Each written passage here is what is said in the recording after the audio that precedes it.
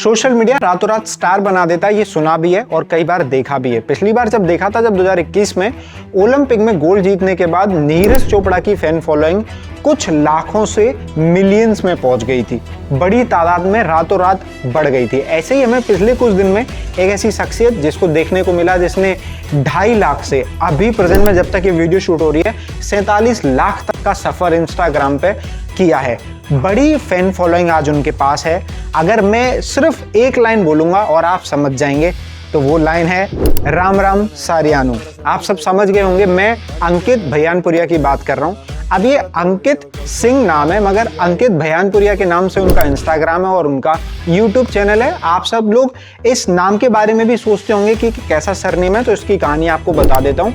अंकित भयानपुरिया हरियाणा के सोनीपत जिले से हैं, जहां पर एक छोटा सा गांव है सोनीपत जिले में और वो है भयानपुर। तो अक्सर हमारे देश में कई जगह एक ऐसी रिवाज है कि नाम के पीछे सरनेम लगा दिया जाता है गाँव का।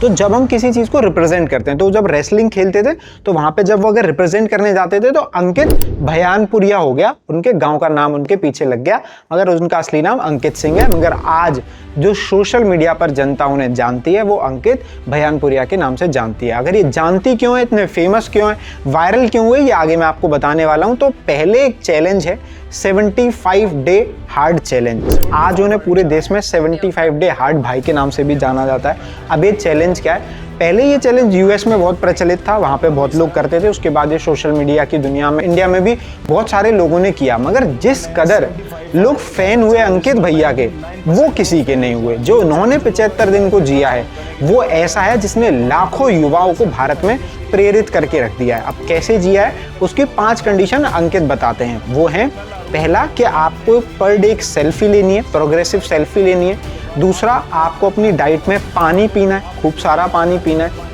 तीसरा, आपको इंडोर और आउटडोर एक्सरसाइज करनी है 45 मिनट। 45 मिनट आपको इंडोर एक्सरसाइज करनी है और 45 मिनट आपको आउटडोर एक्सरसाइज करनी है। चौथा पॉइंट है कि आपको एक किताब पढ़नी है, पर डे कोई भी एक बुक हो सकती है जो आपको बुक पढ़नी है। और पांचवा है कि आपको एक स्पेसिफिक डाइट लेनी है, उस डाइट प्लान में कोई भी चीटिंग नहीं होनी चाहिए। ये 5 पॉइंट्स हैं जो अंकित भयानपुरिया ने खुद अपने 75 डे हार्ड चैलेंज में फॉलो किए और पूरे देश में इस कदर वायरल हो गए, इस कदर फेमस हो गए कि मीम्स की बाढ़ आ गई है। जो लगातार मीम्स बन रहे हैं उन पे नरेंद्र मोदी तक की वीडियो उनकी वॉइस ओवर पे लगा के बना दी गई, परोस दी गई और जो लोगों को खूब पसंद आ रही है। आप इनके इंस्टाग्राम पे जाएंगे, आप रील्स देखेंगे तो 10-10 मिलियन, 20-20 मिलियन लोग दबाकर इनका कंटेंट देख रहे हैं, पसंद कर रहे हैं, क्योंकि जो पर्दे पे हैं वही वह असलियत में है।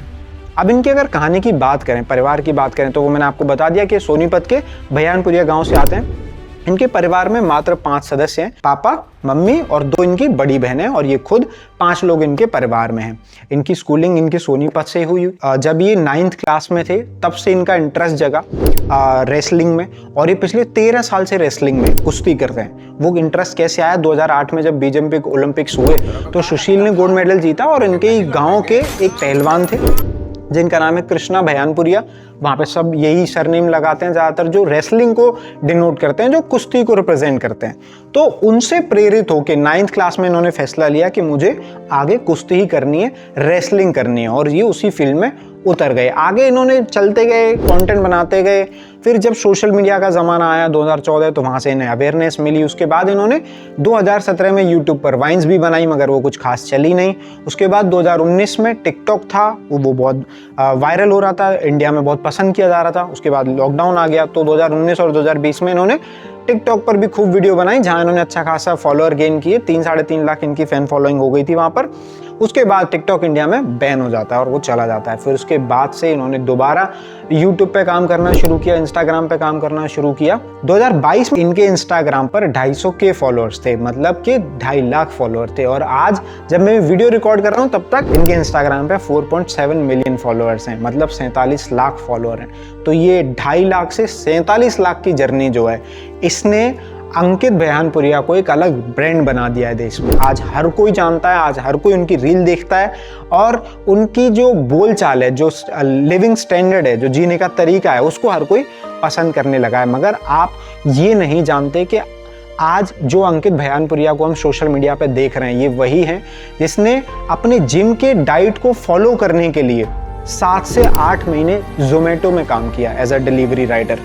उसके बाद इनके पास गांव के पास में एक हलवाई थे, उसके साथ भी ये जाते थे, उसके साथ भी काम किया। फैक्ट्री में बोरियां ढोने का काम किया और चावल की बोरियां ढोने का काम किया। उसके बाद जब इन्हें थोड़ा बहुत नेम फेम मिलने लगा तो एक दिन ये ऐसे ही काम कर रहे थे, तो उस समय इनके पास एक बंदा आया, उसने इनको पहचान लिया। उन्होंने कहा आप ये क्यों कर रहे हो? तो उसकी सप्लीमेंट की स्टोर था, वो उनको अपने साथ ले गया और 9,000 रुपये पर नौकरी पर रख लिया। उसके बाद से वो सप्लीमेंट की दुकान पर ही 9,000 रुपये में काम कर रहे हैं। मगर आज वही शख्स जोमेटो के डिलीवरी बॉय से, कहीं ना कहीं फैक्ट्री में चावल की बोरियां ढोने से आज जिस कदर फेमस हुआ है और आज जिस कदर उसके फैन फॉलोइंग है, वो काबिल तारीफ है। खैर ये सोशल मीडिया की दुनिया में ही हो सकता है, बाकी कहीं ऐसा पॉसिबल नहीं है। और बात करें इनके पिताजी की, तो वो एक डेली लेबर की तरह काम करते थे, तो मतलब घर की कंडीशन भी बहुत ज़्यादा अच्छी नहीं थी। फाइनेंशियल बैकग्राउंड इनका बहुत लो रहा है हमेशा से, पैसे की दिक्कत हमेशा रही है घर में, गांव में रहे हैं। मगर आज जिस कदर इनका जो जुनून है, जो युवाओं पर सर चढ़कर बोल रहा है, हर कोई आज अंकित भयानपुरिया से मिलना चाहता है और उनके साथ कंटेंट बनाना चाहता है सोशल मीडिया की दुनिया में, वो काबिल तारीफ़ है। जो अंत में जब इनसे एक बार इनके इंटरव्यू में पूछा गया कि आपकी प्रेरणा कौन है, तो इन्होंने कहा कि इनके पिता ही इनकी प्रेरणा है, जिनसे ये सबसे ज़्यादा प्रेरित होते हैं। तो दोस्तों आपको भी ये समझने की ज़रूरत है कि आप जो कुछ भी कर रहे हैं उसको करते रहिए, लगातार करते रहिए।